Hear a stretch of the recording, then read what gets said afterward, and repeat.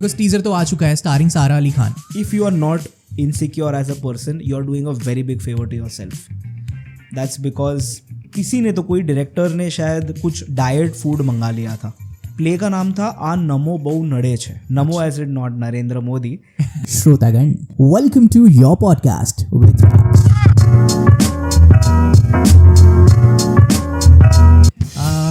he loves theatre, no? He loves plays. Yeah. Films can never replace or were to never replace that feeling for him, right? Because even when he was acting in all these movies, he was still producing plays. Yeah. वो producer का पैसा और वक्त दोनों बचाना जानते हैं. Yeah. तो वो उस वक्त भी plays से जुड़े हुए थे. But then वो inclination नहीं आया towards films. नहीं, क्योंकि theatre is his first and only love. Okay. Okay. आज के तारीख में भी वो उनके जो प्लेज है वो जब अनाउंस होते हैं तब 3-4 दिन पहले ही फुल हाउस हो जाते हैं. So he is one actor who is gotten popular year after year. Like with as he is gotten more popular. ये हद तक कि गुजरात में आप जाओगे, लाइक मैं रिसेंटली जब डैड के साथ गुजरात गया था, he can't stand on the road because everybody knows him. People love him. People love him. People have seen him. He's the most endearing actors. He, for his comic timing, his growth, मतलब वो craft की बातें नहीं करते, but craft में जो growth उन्होंने पकड़ा है वो मैंने बहुत कम एक्टर्स देखे who have flourished with age. That's only and only because he is not someone, especially people of that generation, they are very close-minded people because they get very comfortable with who they are. He never got comfortable with himself. He never thought of himself highly. He thinks now I think I am getting my due. Now I am feeling accomplished a little bit.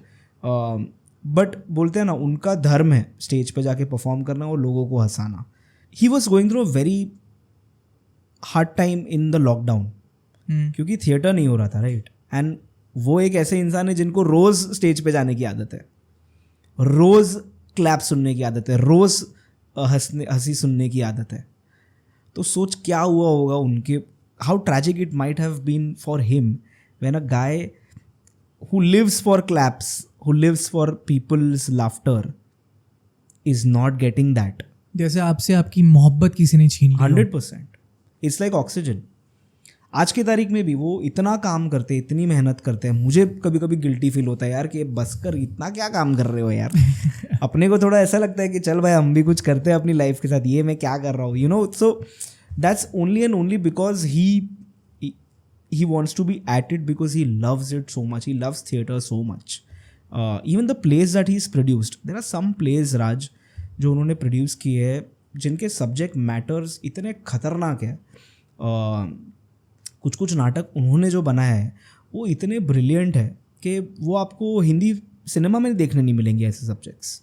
So he is been very very ferocious that way were okay, लोगों को उनके पैसे का पूरा बोलते हैं ना मुबदला वो मिलना चाहिए, वसूल होना चाहिए. So he is that guy who is right now doing like pot boiling hardcore commercial theatre where people should come and people should forget the world and just laugh and just enjoy the Sanjay Goradia show.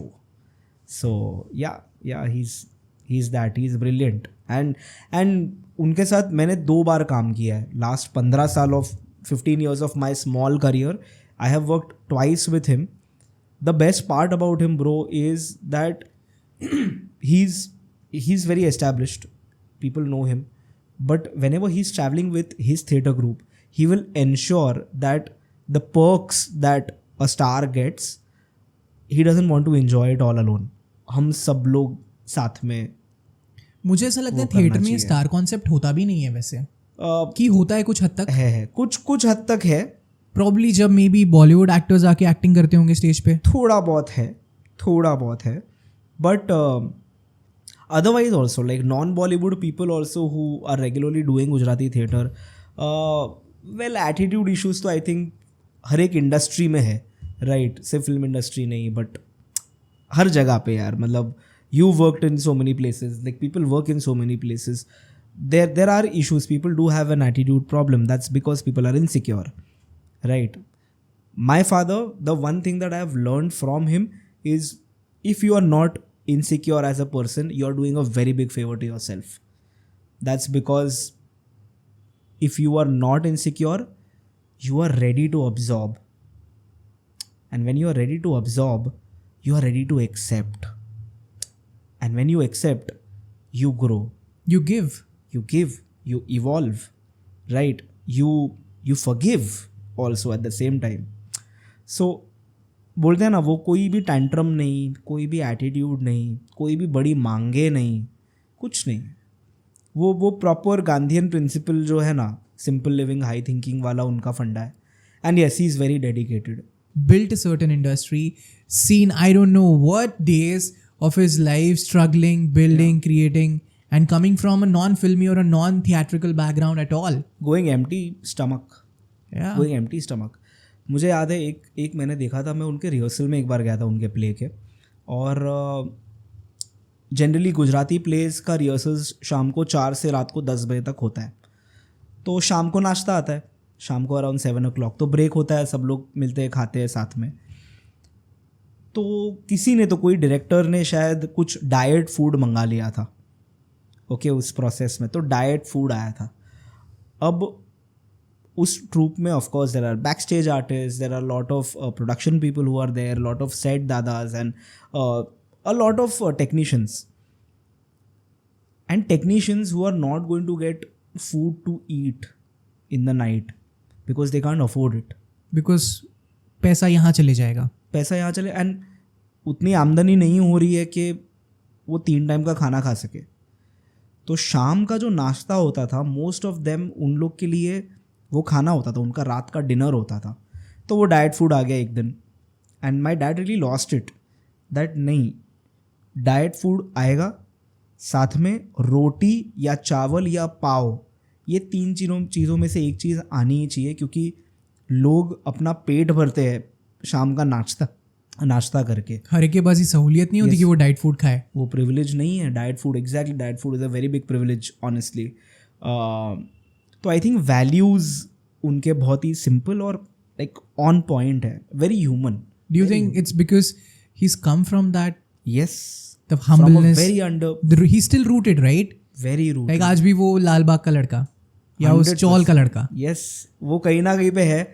हाँ, उस persona, उस personality को वो बहुत दूर छोड़कर आए हैं, बट वैल्यू उनको समझ आती है. एक और इनफैक्ट उनका एक छोटा सा किस्सा है. मैं उनके साथ ट्रैवल कर रहा था गुजरात में. We were working in the same play, I was acting in his play. और राजकोट में हम लोग एक नाटक कर रहे थे, शो कर रहे थे. Which one was this? Play का नाम था आ नमो बहु नड़े छे. क्या मतलब होगा इसका? ये नमो बहुत नड़ रहा है. Namo as it not Narendra Modi, but an abbreviation for the name of the character. Okay. हाँ, वो भी वो नमो, प्ले में क्या नाम था मुझे याद नहीं है, बट आ नमो बहु नड़े छे करके प्ले था. तो उसके शोज़ के लिए हम गए हुए थे. And one day I noticed that he's not there. Even at the hotel he was not there. वो directly show पे हमें मिले. तो मैंने ऐसी कैजुअली मिला, where were you? लेकर अरे नहीं, कुछ नहीं, एक काम के लिए गया हुआ था. मैं बोला अरे क्या हुआ, आर यू ओके? लेकर अरे नहीं यार, वो थोड़ा किसी को मिलने गया था. अब लिखा अच्छा okay. Then I came to know that there is a little boy, okay, who is his fan and who watches his play every day on like CD.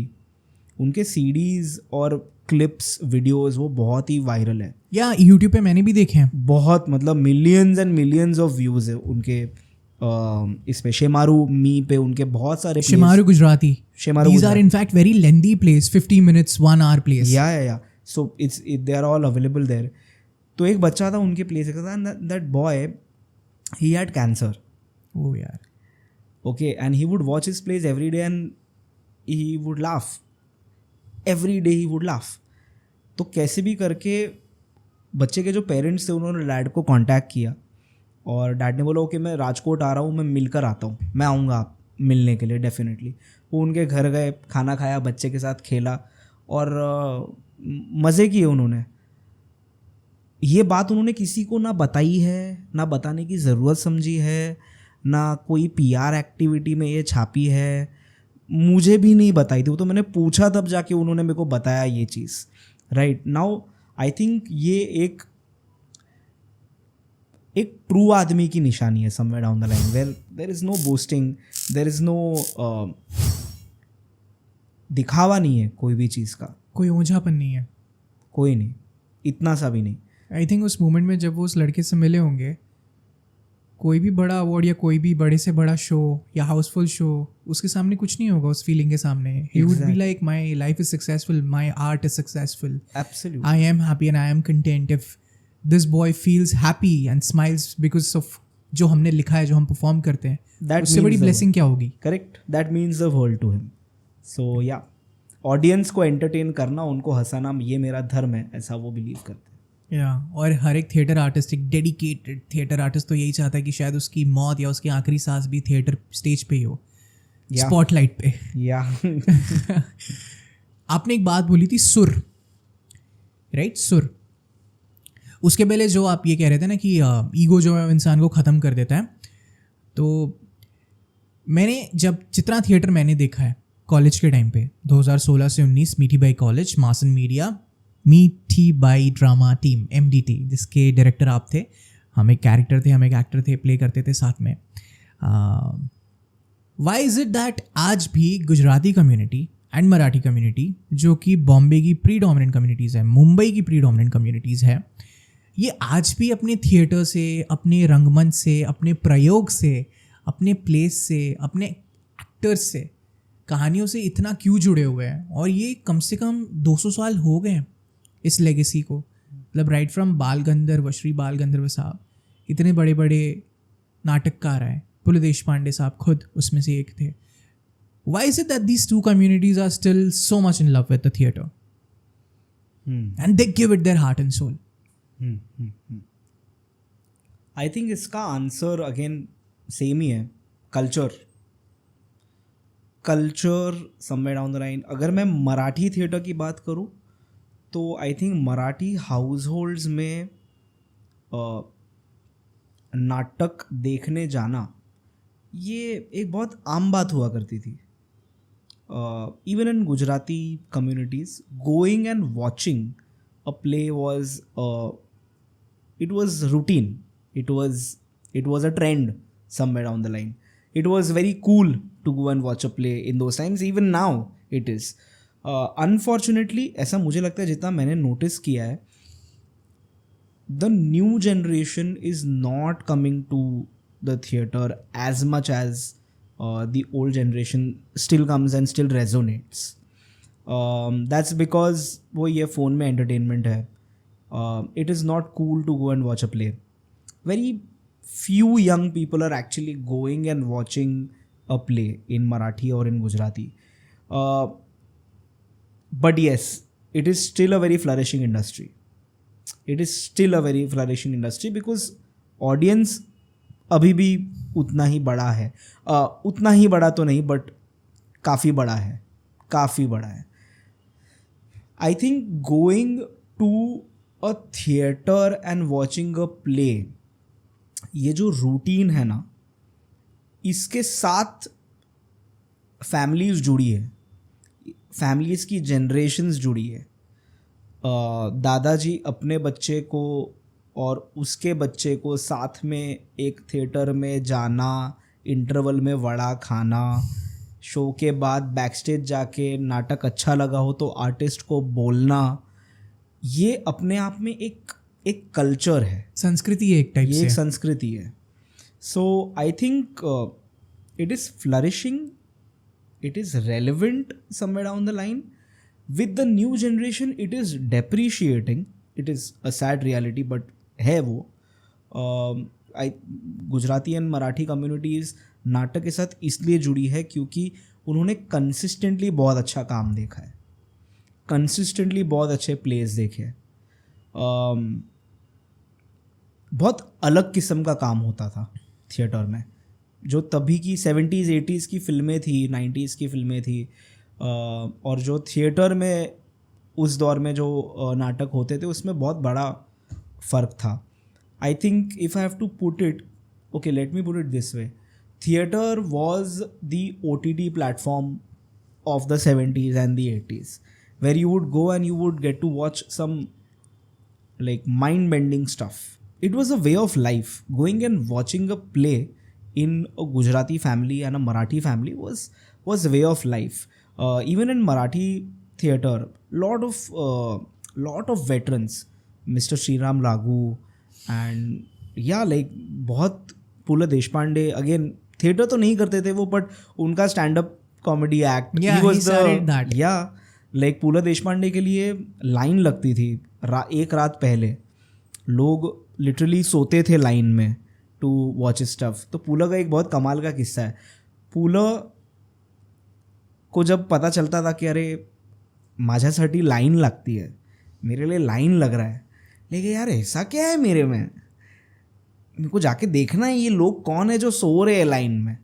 तो वो खुद भेज बदल के जाते थे लाइन में और वो लोगों के साथ टाइम स्पेंड करते थे और उनको वहाँ से कॉमेडी मिलती थी. और ये वही कर सकते थे. राइट. सो थिएटर का ऑथेंटिसिटी, लाइव परफॉर्मिंग आर्ट, ये बहुत it was always special. I think it will always remain special. Now I would want to talk about some of the commercial projects that you're working right now, जिसकी बुनियाद होती है इस play से, इस नाटक से, जिसका नाम है खरकर, written and directed by you. मेरा पहला नाटक जो मैंने किया, प्रोफेशनल नाटक, जिसके लिए मुझे आज भी याद है भाईदास हॉल में 500 रुपये मिले थे, 501 रुपये मिले थे कूपन में. वो पहली कमाई थी मेरी जो मैंने नाटक से की. सो आई कैन प्राउडली से कि हाँ, मैंने भी प्रोफेशनल थिएटर किया है, एक बार जीवन में किया है. 501 रुपये मैंने कमाए थे. अब वो जो नाटक था उसको लेके हम गए इप्टा. हमने रंग शारदा ऑडिटोरियम में उसे परफॉर्म किया था, तेजपाल ऑडिटोरियम में हमने उसे परफॉर्म किया. Greats like theatre thespians came in. Tigmanshu Dhulia sahab was the chief guest and the judge, I believe so, अगर आपको याद हो तो. And then अंजन श्रीवास्तव साहब भी थे, अखिलेश त्रिवेदी साहब भी थे. Now that play happened to win IPTA, Indian People's Theatre Association. और वहाँ से now it's been adapted as a property. Shall we say the name? Is it fine? Of Sure. Dramatic Entertainment, because teaser तो आ चुका है, starring सारा Ali Khan. How does it feel? Feels very good, yaar. Feels very good. Not because of anything else, but because this story is meant to be told. This story is meant to be etched in the mind of the next generation, Young India. the current generation, even the generations before us. It's a story of unsung heroes, right? And unsung heroes के बारे में बहुत कम बातें होती है, इसलिए खुशी सबसे ज़्यादा उस बात के बारे में है कि ये कहानी उन अनसंग हीरोज़ के नाम, उन अनसंग हीरोज़ के ज़रिए उनके काम के लिए बोली जा रही है. और उससे बेहतरीन कुछ और हो ही नहीं सकता. More than it being produced by a very established film company, Dharma टिसेंट and Dharma productions, directed by Kanan Iyer sir, who has Ek Thi Dayan he's made. Then he's written a lot of stuff, and a very veteran ad filmmaker, Kanan sir. It is written by Darab Farooqi. I think he's written films like Ded Ishqiya and a couple of more films. They are making the project. I am hoping it releases next year on Prime Video. Sara Ali Khan is there as the male lead, as playing the protagonist. Shri Usha Mehta, Yeah. Wilson college में जाने वाली एक लड़की, एक Yeah. गांधीवादी, Yeah. Khadi पहनने वाली. Yeah. और इस वक्त हम जिस माइक से बात कर रहे हैं, तो एक माइक को अपने साथ लेकर सीक्रेट कांग्रेस रेडियो चलाने वाली, Yeah. जहाँ पर अरेस्टेड लीडर्स, जेल लीडर्स के भाषण, उनका संदेश, उनका मैसेजेस वो अंडरग्राउंड सीक्रेट तरीके से सारे रिवॉल्यूशनरी, सारे क्रांतिकारी, सारे कार्यकर्ता इन तक पहुँचाया करती थी. और ब्रिटिशर्स इनके पीछे थे कि कौन है ये आवाज़, Yeah. कौन है ये आवाज़. Yeah. I think we can only speak this much about Usha Mehta.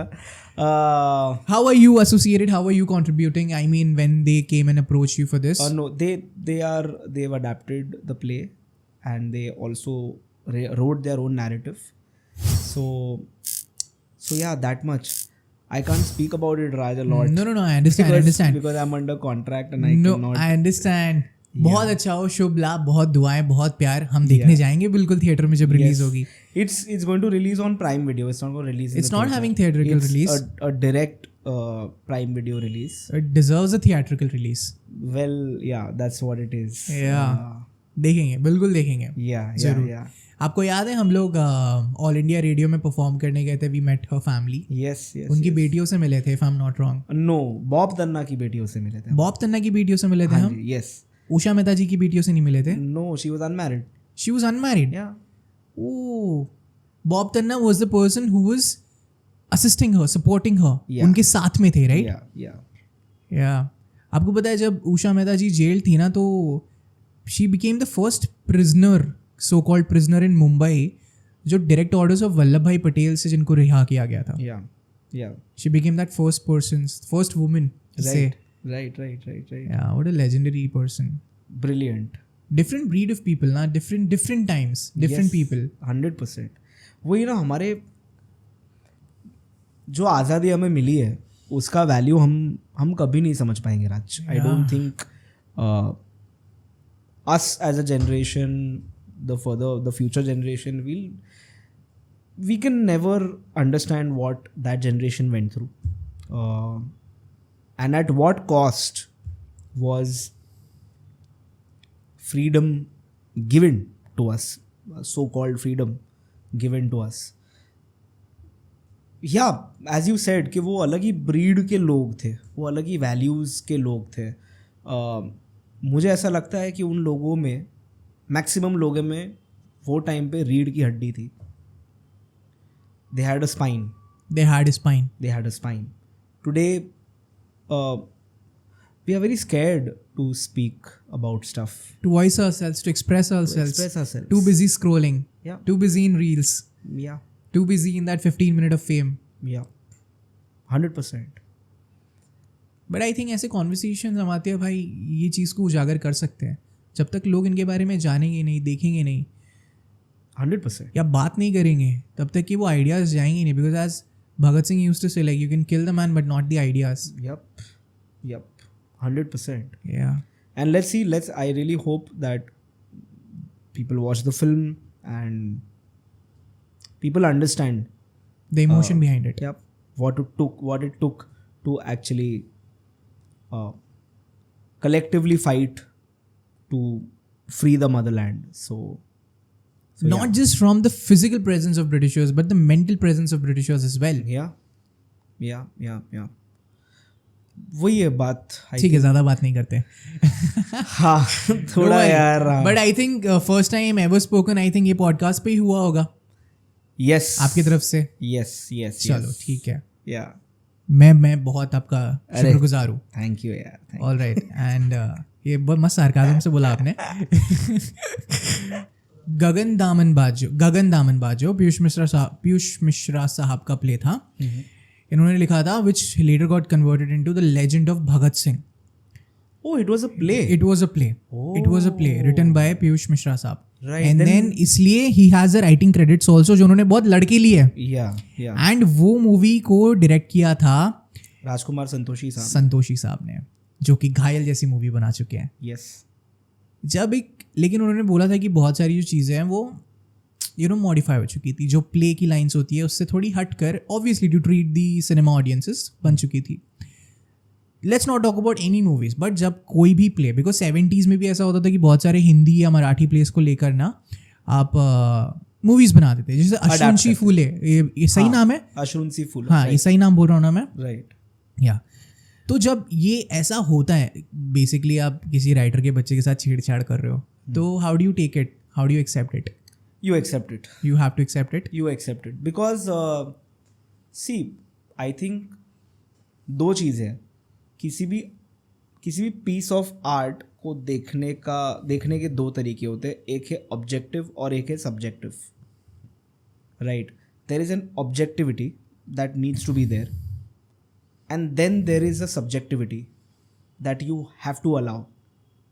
Right.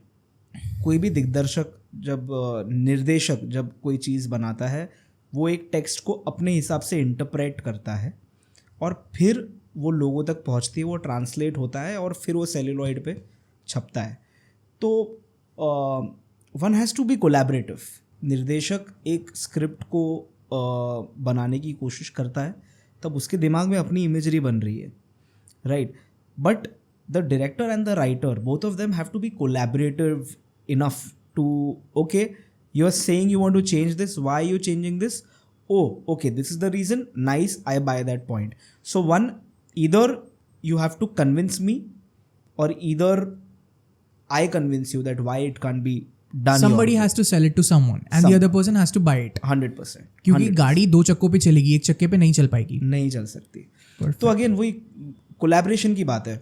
Collaborate अगर आप एंड स्पेशली 2 आर्टिस्ट जब कोलैबोरेटिव नेचर के लोग होते हैं ना, तो फिर वो निखर के आती है चीज़, फिर वो 10 नॉचेस ऊपर जा सकती है चीज़, you know. Plus I also think, हाँ, जैसे मेरे साथ ये मेरे पास्ट में बहुत हुआ है. मेरी एक फिल्म पे ये हुआ है जहाँ पे एक्टर, मैंने 8 महीने लगा के वो स्क्रिप्ट लिखी है.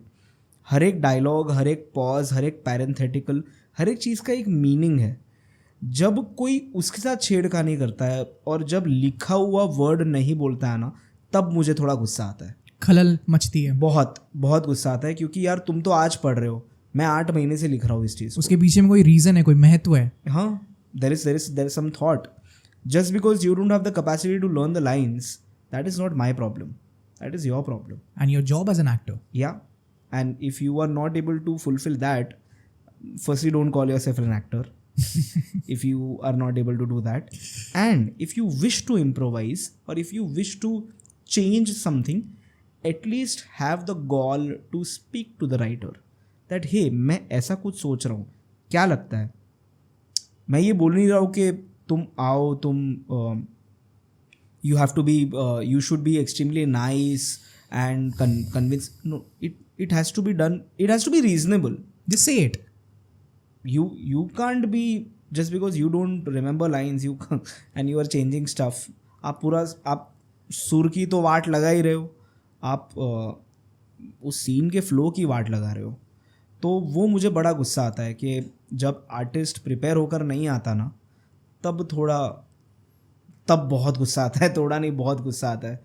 इनफैक्ट मैंने एक एक्टर को बोल भी दिया था, and the leading man in Gujarati films, के नहीं होगा तुझसे ये. It was very provocative, but it had to be said. Yeah, because you are not respecting the written word.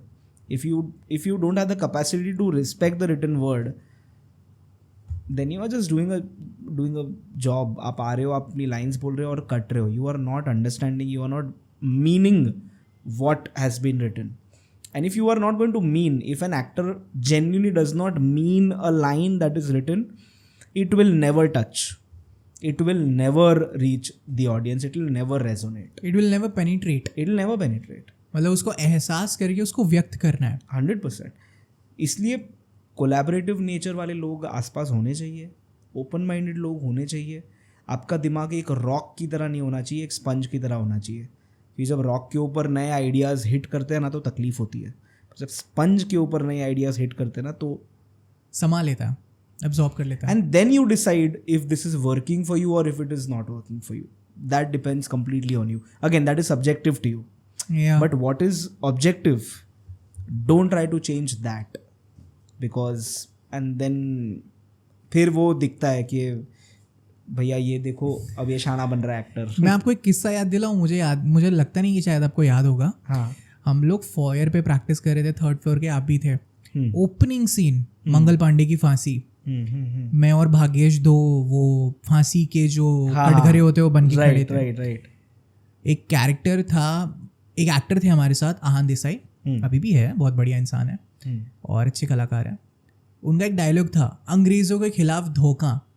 तो मैंने ना, मुझे ये बात कुछ समझ में नहीं आई, मुझे जची नहीं, धोखा कैसे हो सकता है. तो पता है, ये जो आप बोले ना कि आप आके कम्युनिकेट करो, कन्वे करो, मैं आपके पास आया, मैं बोला अमात्या सर, यहाँ पे अंग्रेजों के खिलाफ बगावत अगर बोले तो, लुक्ड एट मी, बगावत करो, इसको बगावत करो. Correct. You remember this? Yeah, you remember this? I don't remember this, but yeah, I'm sure I am sure ये मैंने बोला ही होगा, क्योंकि अगेन वही है ना, अब अगर if there is a person who is coming and making it better, then that thought has to be welcomed. It was in a split of a second. You just looked at me, you gave it a thought, you said बगावत कर दे इसको बगावत कर दे. You didn't even write it on paper. You just like इसको बगावत कर दो. Right, because it made sense. हाँ, अरे हाँ, correct. बगावत is the appropriate word. It's Yeah. the right word. So yeah, अगर मैंने ये किया है तो great. Kudos to you. मैं कितना collaborative artist हूँ. बिल्कुल हो यार, क्यों नहीं हो? जो इंसान एक फोन पर आ गए यहाँ पे पॉडकास्ट करने के लिए, और मैं क्या ही मांग सकता हूँ अरे आपसे? बस क्या है यार. नहीं, धन्यवाद. Seriously, शुक्रगुजार, and I'm truly grateful. And when I'm saying this, not just for the sake of saying it on air or like live, आप मेरे को जानते हो, you've seen me. Yeah. 19 साल की उम्र थी उस वक्त. Yes. Yeah. एक चीज़ मैं पूछना चाहूँगा. Yeah. Listening as an actor तो बोलते बहुत बड़ी स्किल है, लेकिन सलीम खान साहब का एक स्टेटमेंट है, वो कहते हैं कि लोग बोलते हैं कि लिखते कौन थे. जब उनसे सवाल पूछा जाता है कि सलीम जावेद में लिखता कौन था, वो कहते हैं लिखता कोई नहीं था, हम सोचते थे. सोचना is a very big skill set when it comes to writing. How big of a skill set is listening for a writer? Not just for a writer, for any human being, I think listening is key. Raj, I'll tell you from personal experience. I was a very bad listener. I would only talk. I would only speak because I wanted to be the smartest person in the room. Right now, I don't want to be the smartest person in the room. And listening has taken me places. Honestly, सिर्फ सामने वाला क्या सही कर रहा है या क्या बात कर रहा है वो सुनना, वो एटीट्यूड, वो ह्यूमिलिटी जब तक डेवलप नहीं होगी ना, तब तक आप कुछ नहीं कर सकते हो अपनी ज़िंदगी के साथ. अगर आप ही बक बक करते रहोगे तो आपके पास कुछ नया आएगा नहीं. आप सिर्फ इम्पार्ट करोगे, शायद आप सही चीज़ें इम्पार्ट करोगे, बोलने से सही चीज़ें इम्पार्ट करते हैं, गलत चीज़ें इम्पार्ट करते हैं, सारी चीज़ें होती है. But I think listening, when you listen, you receive, you process the good stuff that you want to keep it to yourself, you will, and then your subconscious mind will delete what you don't need. तो कहीं ना कहीं पे writers के लिए तो सबसे बड़ा स्किल सेट है. इसलिए आप देखोगे कि यार writers, most of the writers are introverted people. Have you noticed? They are just with their pen and their notebook. Yep, that's because they are just listening. They are just interested in listening and absorbing. They are just interested in absorbing more than anything else. अगर गाय चारा नहीं खाएगी तो दूध क्या घंटा देगी? Correct. पहले कुछ अंदर जाएगा तभी तो कुछ बाहर आएगा. तो जब तक आप सुनोगे नहीं, जब तक आप इंटरेस्टेड नहीं होंगे सुनने में, मज़ा नहीं आएगा. You are not going to evolve. You are not going to get layered. And that is why, I am someone who, I don't know, I have never done something like this before, Raj. Like podcast मेरा favorite format है, इसलिए मैं बहुत सारा podcast सुनता हूँ, देखता हूँ, क्योंकि बहुत कुछ सुनने मिलता है. तो Absolutely. सुनने की ह्यूमिलिटी नहीं होगी तो you are not going to learn. It is truly a skill, ना? It is truly a skill, 100%. सबकी बस की बात नहीं होती बैठ के सुनना. 100%. क्योंकि आपका ईगो अलाउ नहीं करता ना. मैं वैसा रह चुका हूँ मेरे पास्ट में. Yeah, you said it. Yeah, I've been that person where okay, it's just me who should be speaking, or it's just me who should be commanding. वही the smartest person in the room. Do you think इंसान जितना अपनी ego का slave होते जाता है वो सरस्वती से उतना दूर होते जाता है? 100%. That is also because वही ना, you're not ready to accept, you're not ready to okay लाओ भाई क्या क्या है. जब तक वो इनकलकेट नहीं होगा, you can never, आपका एक्सप्रेशन स्ट्रांग नहीं होगा कम से कम, क्योंकि you are only interested in speaking. If you're only interested in speaking, then God bless you. Yeah. Nothing's going to happen, or nothing's going to change in your life. And by listening, truly listening, there's a difference. Hearing and listening wala jo difference hai na. There are people who just hear you. A person who listens to you is actually a person who's actually trying to absorb something from you truly. Actively listening to you. Active listening, 100%. I think it's a skill set and it can be learnt. It should be learnt because मैंने जितना सुन के सीखा है ना राज, उतना कहीं आज भी जब when I go to hats off, when there are all these senior writers who are there in the room, me and Karan, we are the youngest of the team. हमको सिर्फ सुनने में मज़ा आता है यार. हम सिर्फ सुनते हैं, हम कुछ बहुत कम बोलते हैं. जब हमारी बोलने की बारी आती है तब हम बोलते हैं. ज़रूरत का बोलते हैं, अपने काम की बात करते हैं. बट हमको इंटरेस्ट है कि अरे यार ये जो 15 लोग आए हैं ना, ये लोग क्या क्या लेकर आए हैं, इसने ये कैसे सोचा होगा. वो जब तक आप सुनोगे नहीं तब तक आप थॉट प्रोसेस तक नहीं पहुंच पाओगे आदमी के. And great and good can come from anywhere and from anyone, 100%. no matter what walk of life they come through. 200%. Mahesh Bhatt साहब की एक मूवी थी, उसमें अपने गुलशन ग्रोवर साहब का एक किरदार था, कैरेक्टर था, some villain is character, he said it in an interview. वहाँ पर स्पॉट दादा ने बोला ये तो एकदम छप्पन टिकली जैसा दिखता है. On spot Mahesh Bhatt change the name of that character and he wrote bro छप्पन टिकली. ये क्या नाम है? I mean just understand the humility and the acceptance of a person who has done so much great work and he is actually naming the character from someone जो एक random इंसान ने बोल दिया सेट पे. करेक्ट. वो इतना aware है ना, उतना अवेयरनेस है और उतना वही है ना, उतना एक्सेप्टेंस है. एक्सेप्टेंस नहीं है ना ब्रो तो कुछ नहीं है. तो आपकी life, you are a slave, you can never grow, you can never learn, you can never understand. Acceptance, forgiveness and love. Yep. I have always imagined myself speaking on a podcast. Today it's happening. You manifested it. Yeah, sure. Or maybe you did. It's my blessing. It's my privilege. Yeah, man. Thank you for giving me the opportunity. Thank you for accepting my invite. Thank you for listening to me. And thank you for being such a great teacher, such a beautiful mentor, a fun friend, and a wonderful guest. Thank you, bro. It was a pleasure having you. High five. Your podcast with Raj featuring Amatya Goraria. This was it. Do let us know your favorite moments and favorite sentences or favorite quotations or any moment that just stayed back with you. नीचे comment section में like करो, share करो, subscribe करो और लिखो और सुनो. Thank you. अभी के बच्चों वो सब देख नहीं सकते. अभी के बच्चे वायलेंस भी नहीं सह सकते. हमने तो रोड पे वॉर देखी है, मर्डर देखे हैं बहुत सारे, यू नो, ऑन दैट जो एरिया में मैं हार्डकोर रहता था. So I am a big fan of crime, I am a big fan of history, I am a big fan of arm forces.